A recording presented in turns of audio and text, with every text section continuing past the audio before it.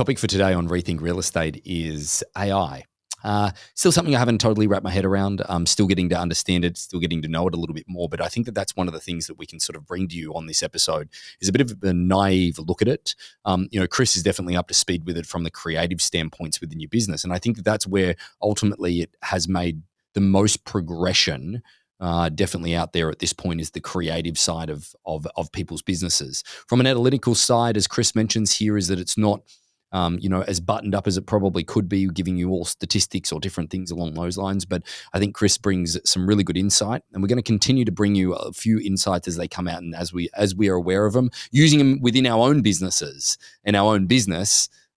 So hopefully as another tool in the tool belt for your real estate business also. Thanks so much.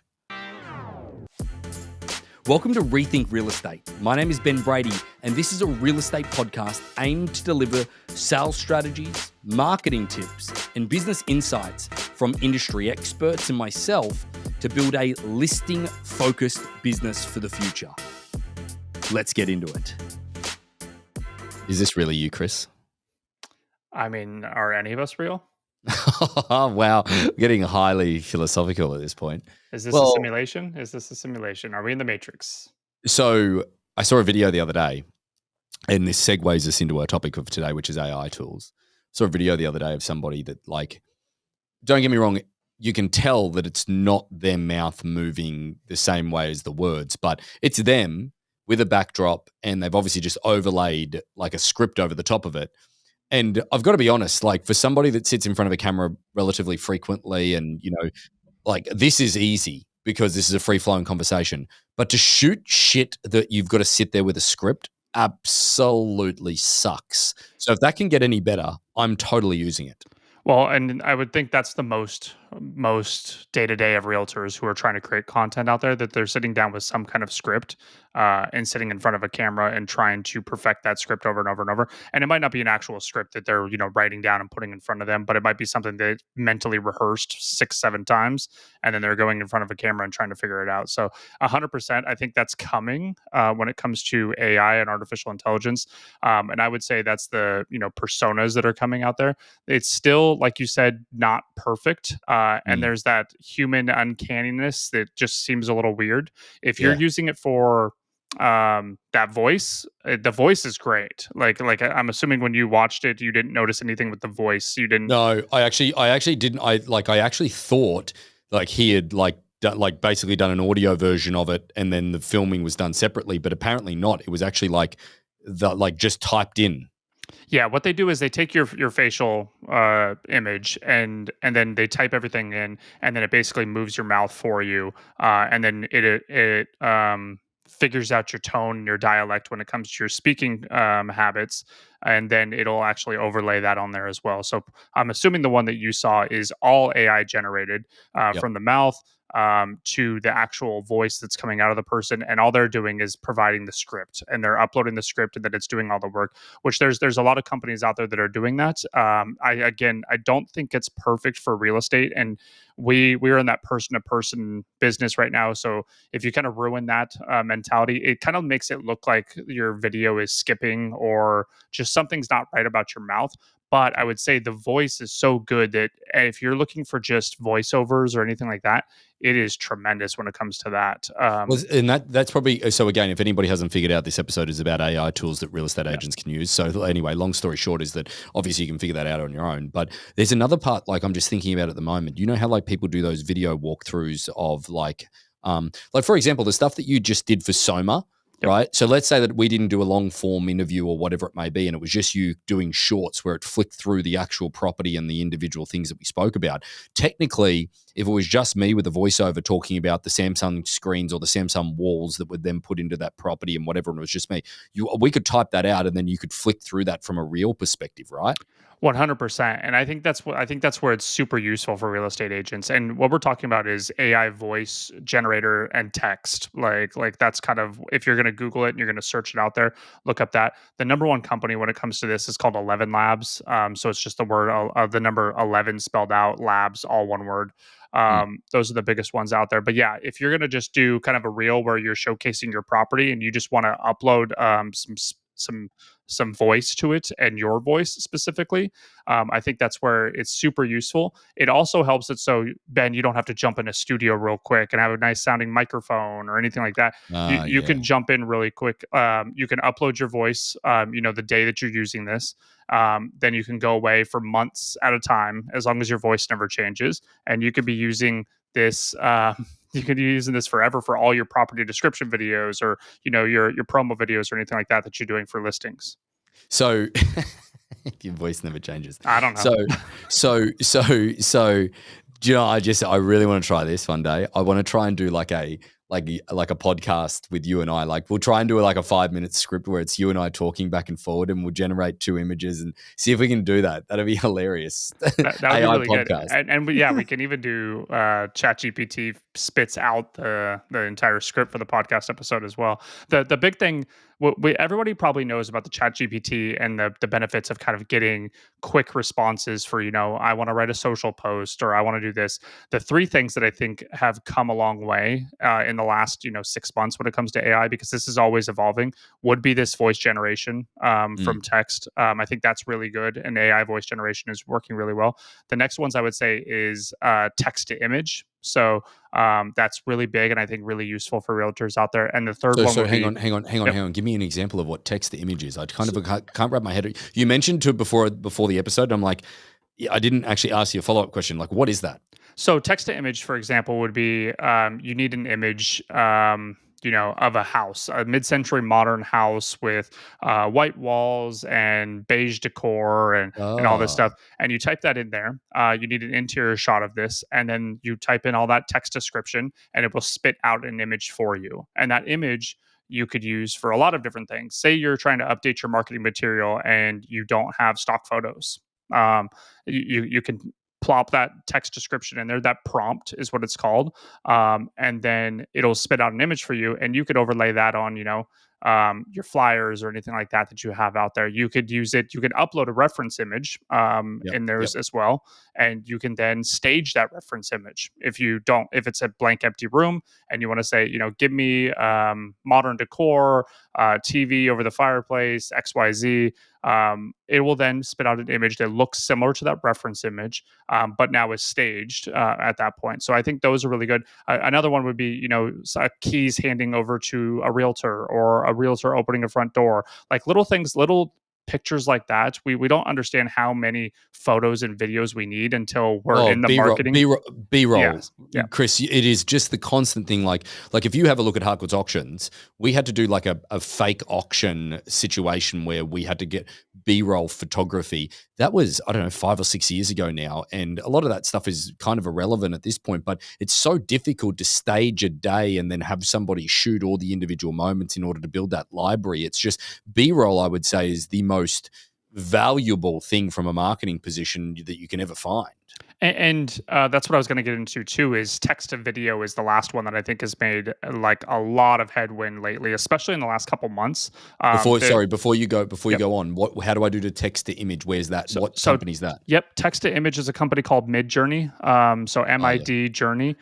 You would look it up, and then what you would do at that point is you have to actually have a Discord channel. So you'd have to download Discord and use it. But there's a bunch of instructions online on YouTube or on Midjourney's website itself on how to use it. But that's where I would think those would be super beneficial for a lot of your marketing needs. If you need something for a flyer, or you need if you need flyer, poster, a business card, you need a logo mocked up. Like there's a lot of things those things can do. And for a realtor, an everyday realtor, it might be difficult for you to go and spend a bunch of time on stock photo sites and then spend a bunch of money on those stock photo sites trying to find something that's kind of close to your market or close to what you're trying to do. When you could just type in, I want a photorealistic image of a suburban neighborhood in California, and it'll spit out, a bunch of houses and a nice little background that you're just putting as filler on your flyers and your documents. And so I think it's a really, really good beneficial way to add photography and add character to some of your marketing elements that you're putting out there. So quickly before we move on to the text to video, Yep. So we did 11. What was that one? 11 Labs. Yep. What's that cost? What's that cost? That's a good question from 11 Labs standpoint. Like 12. Like I know they're always like $10 to $20. 10 to 20 bucks. Or if you have to subscribe, like it's like, I know, for example, the Midjourney one that you've got for the company is like, I think it's like $4 a month or something like that. So Midjourney, I think I just raised it because we were doing a bunch of stuff on it to $30 a month, and that's Right. like I get like unlimited with $30 a month. But the cool thing too that I want to say about Midjourney is because it's in this Discord channel, and what Discord is basically like an open chat room. With It's like Reddit, isn't it? Like just Reddit, it's kind of like the tech version of Reddit. It's similar. Yeah, Okay. yeah. And so the cool thing about that is you can see everybody else's prompts that they're putting in there, and you can learn from those. So if you scroll through those, you can actually see, and you could say, "Hey, that image looks really cool. That's kind of what I'm trying to do." You could actually see that image, see the prompt that they put in there, and you could take that prompt, copy and paste it, and you can just tweak it a little bit to what you're trying to do. And then you can actually deliver an image that's much better. So you can actually learn from Discord directly in there because everybody's doing it in a public facing forum, which is really cool. Yeah, that's cool. That's actually really helpful. It sounds complicated to somebody that is not a tech genius around all of this stuff, but it really like even for me with a little bit of playing around that we did with the Harcourts AI stuff or whatever it may be, I think it's really useful. Now, talk to me about text to video. This is something that sounds a little. I've heard about this like just on some of the podcasts that I listen like they were talking about it on the All In podcast recently that like some of the quality, like if somebody spends the time to put a script in there of what happens, like to the detail extent, some of the quality stuff that comes out, is actually kind of scary. That one of the biggest jobs that could be replaced ever would be actors, because some of this stuff is just unbelievable. Yeah. So I've been pretty shocked with how far this has come in a short time. So they were trying to do this, and they were trying to do this with the, again, the text to image and stuff like that. And it was very choppy, and it was very just didn't look good. You would get a video where someone's feet were opposite, or their hands would have like 7 fingers or something like that. Like it was getting really weird, and just wasn't right.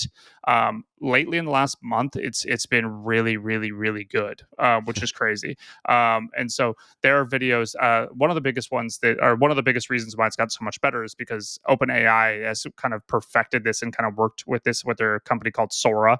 Not company, but their product called Sora, and it's taken some advancements to the next level. So there are videos out there right now that you've probably come across already that are AI in those things. So there's a couple of things that are really happening with these when it's, celebrities promoting products or product shots or anything like that aren't actually the celebrities right now, and people are getting in trouble when it comes to an advertising standpoint.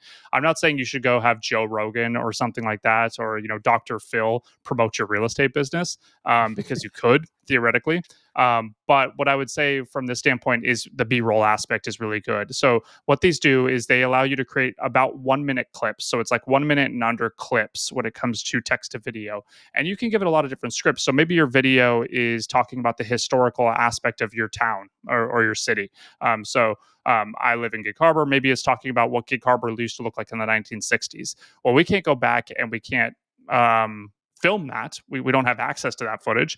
But if you give that prompt to AI could figure that out for you, and it could show a fishing town back when there wasn't a lot of buildings and stuff like that. I have definitely been duped into this. So the back bay where in Newport Beach where I run, yep. Right?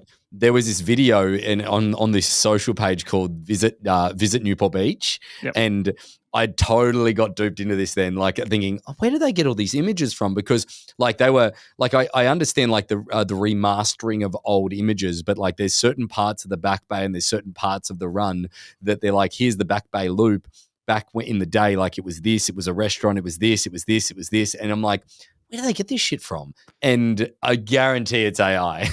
Yeah, you said that. I saw someone recently do a cool video, and they were doing like a historical thing of Seattle, and so they were doing a historical thing of Seattle, and they were trying to depict it, and they had all the reference images and everything like that from the library, from the Seattle Public Library system, and so they knew what was all there. It's probably the similar thing that they did for yours. Is they knew there was a restaurant there, they knew there was a brewery there, and they were doing all these things, but then they just didn't have the images, so they just did old 1910s or 1920s video depiction, probably built with AI, when it comes to what it would look like. And so they just gave the prompt in there. Again, the same thing you would do from a text to image, but you're doing it with video now. And you're giving the prompt to then deliver out a video for you. And again, if you're only using it for B roll, something really quick, and again, it might be handing the keys over to a realtor, or it might be opening a door, or walking in the someone's feet walking into a listing, or little things like that, or it's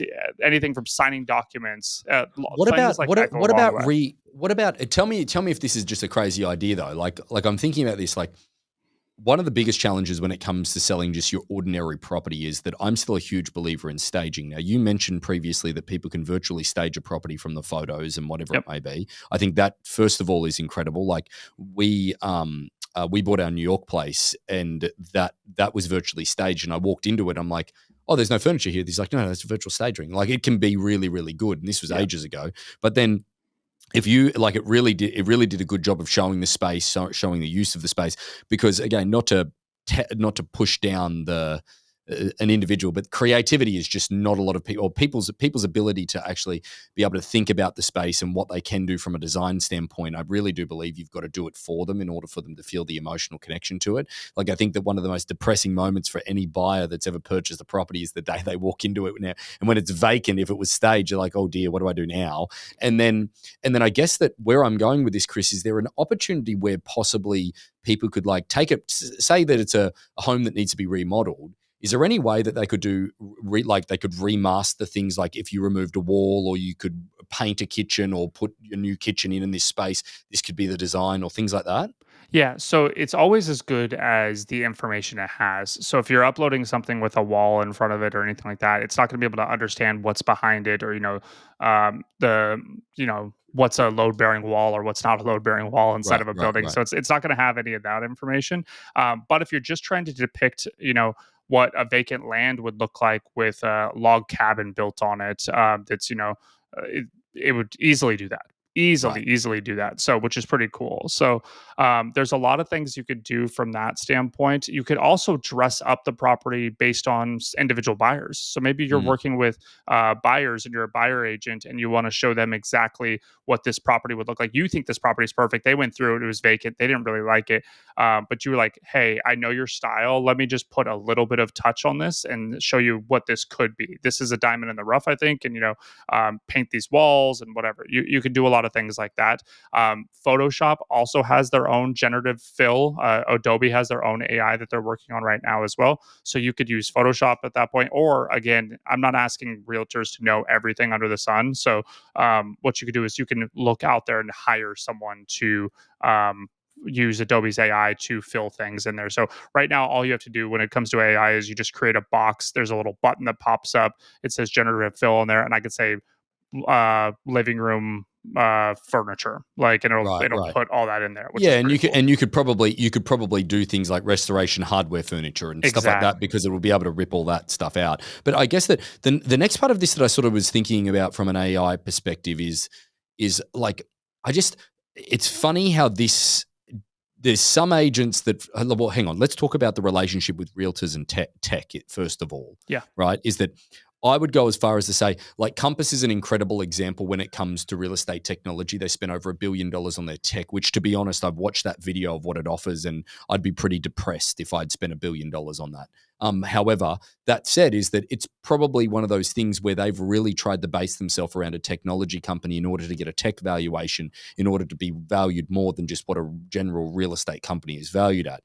Now, they've invested a lot of money to create that persona, However, their adoption rate is just as low as any other agency or any other company's adoption rate when it comes to technology. I think that there's an element of real estate where the average age of a realtor in the country is certainly higher than the average ages in a great deal of other industries. So therefore, there's not this connection with technology. And you often find that, 85, 90% of the realtors are just not engaged, regardless of if you told them that this would actually, unbelievably benefit them, because I think there's just there's not a low barrier to entry. It's still relatively difficult if you're not, I'm sure you can send an email, but if you're not overly advanced with anything else outside of sending an email, you're not going to be using the CRM systems and the generation tools and the automation that is ultimately there. However, going back into now with this technology stuff, like you've got this 10% of the audience that I've seen people that are, out of that 10%, I'd say 50% of them are too deep into it.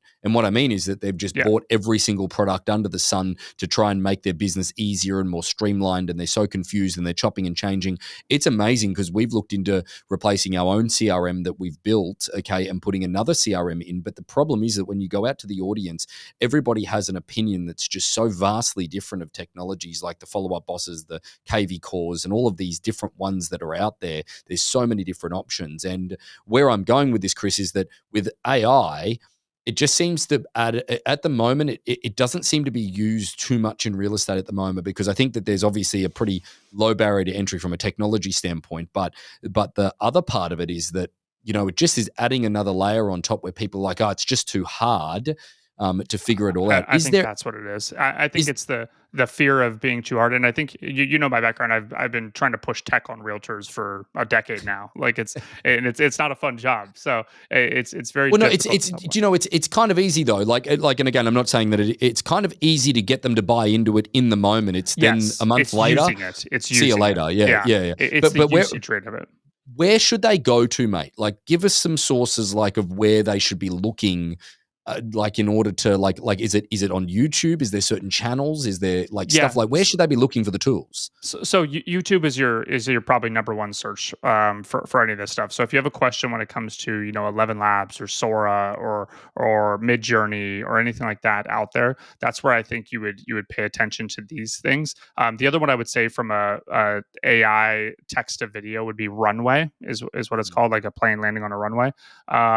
And so look it up on YouTube. There's a lot of people who have kind of done the trials and tribulations when it comes to all these products, and don't try to reinvent the wheel. Don't try to get in there and try to figure it all out when you could just go to YouTube and figure it, let someone else figure it out for you. So, but the big thing, just typing in there though, real estate agent, what AI tools should I use? But again, you might get a bunch of different things. Like at that point, you might get like Appfolio, or you might get like all these other things that would then come to you. Very property management based. Yeah, okay. Exactly. You might get anything under the sun when it comes to that stuff. So what I would do is I would type in the exact thing. I would say Midjourney prompts for business or something like that. Like and then just figure that out. But I would say the easiest way to get into it is if you wanted to, and you're just think you're way too far past this when it comes to demographic or age or usage or anything like that, have an intern, have someone else come in, hire them, have them as this part of your business where you say, hey, I need this little piece of video, or I need XYZ. I have an intern come in, type in the prompts for you, and figure that part of your business out. I think that would be the easiest way. Or have someone, maybe it's your son or your daughter or anything like that, if you think you're too far past when it comes to this AI stuff. But I would say the big businesses are using this, and they're only going to get better at this. And your competitors are going to start using it too. So we know there's a lot of young blood coming into the real estate game right now, especially with the market over the last couple of years. There's a lot of youthful agents. They're going to start learning how to use this for their business, and they're going to take it to the next level.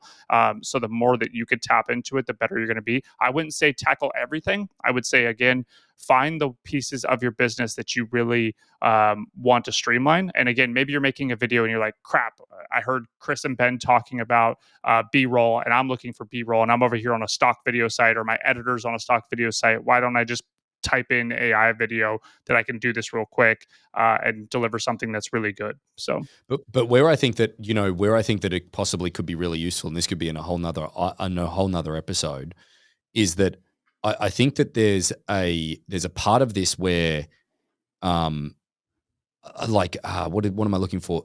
Market data.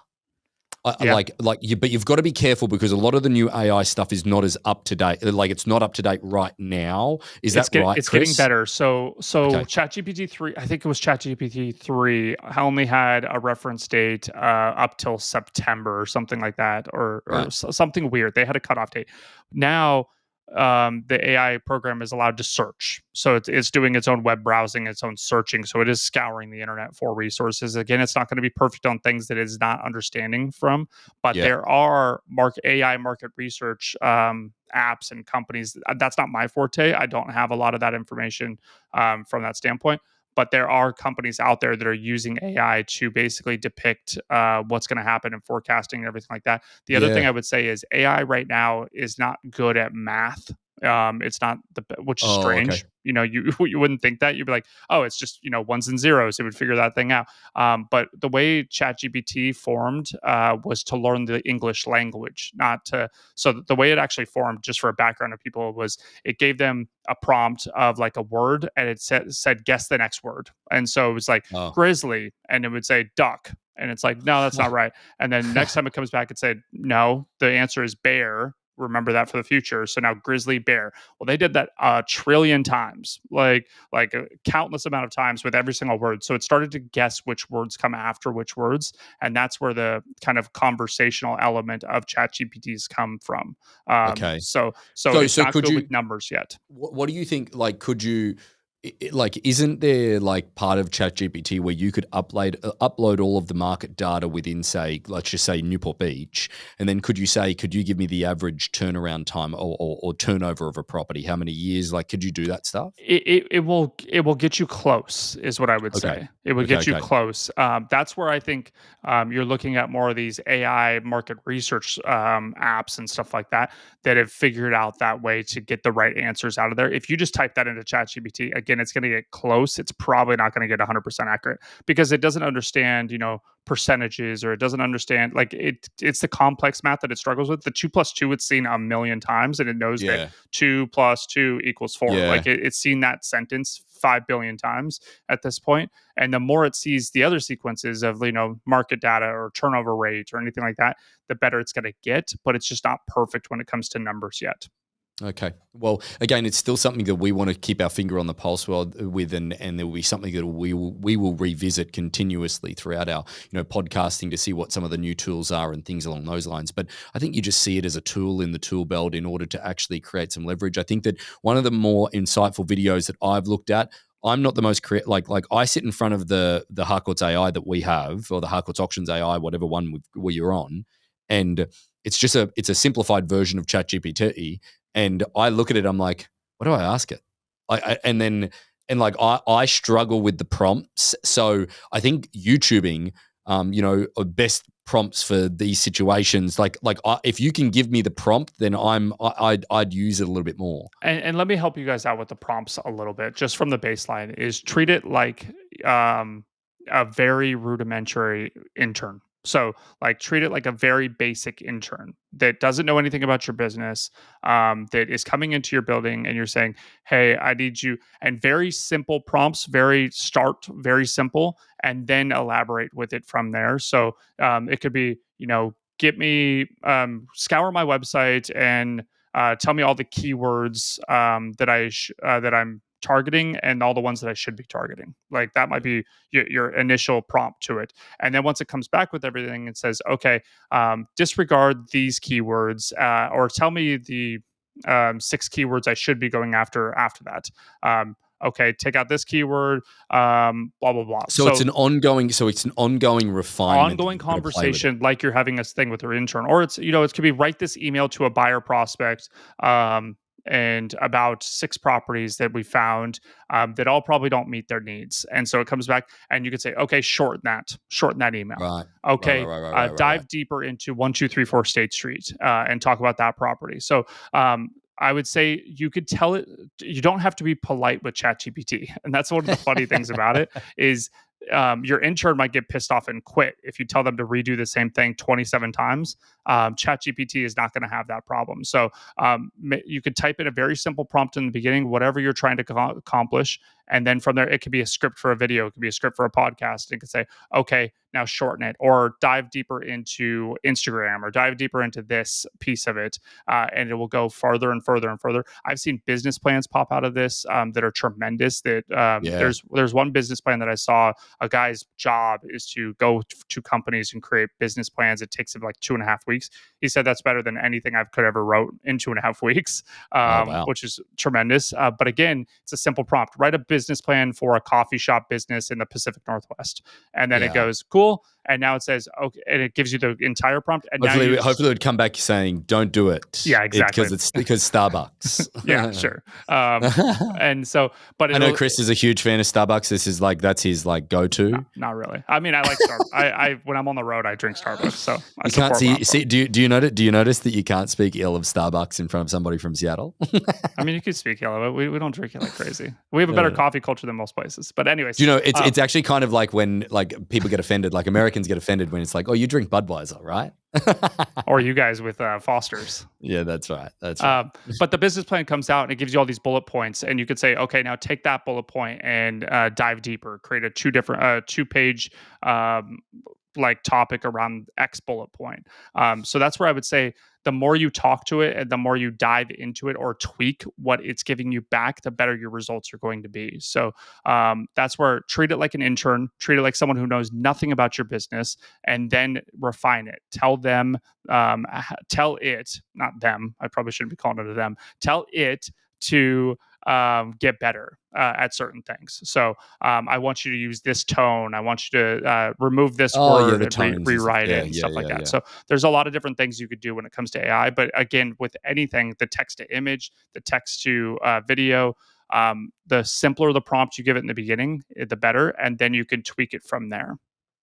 I think that's a great bit of advice. Chris, thank you for your insights into the AI world. It seems to still spin my brain, but I think that it's relevant for people to actually stay on top of and actually understand, not bury your head in the sand at all. Yeah, and I just really hope it helps you with your creative elements of your business. I think that's where it's made the most headwind right now. Like Ben talked about the analytical side of your business and everything like that. I think it still has a little bit of ways to go. But the creative element of your business and the marketing element of your business, I think it's a really cool tool for you to get things done really quickly that might have taken you a production company, studio, or anything like that you don't need anymore. As always, mate, thank you. See ya. So about 75% of our audience hasn't liked, followed, or subscribed to our podcast. It would mean the world to us, and it would help this podcast more than you know to expand our reach if you were to like, follow, or subscribe on any of the platforms that you're watching or listening on. Thanks again.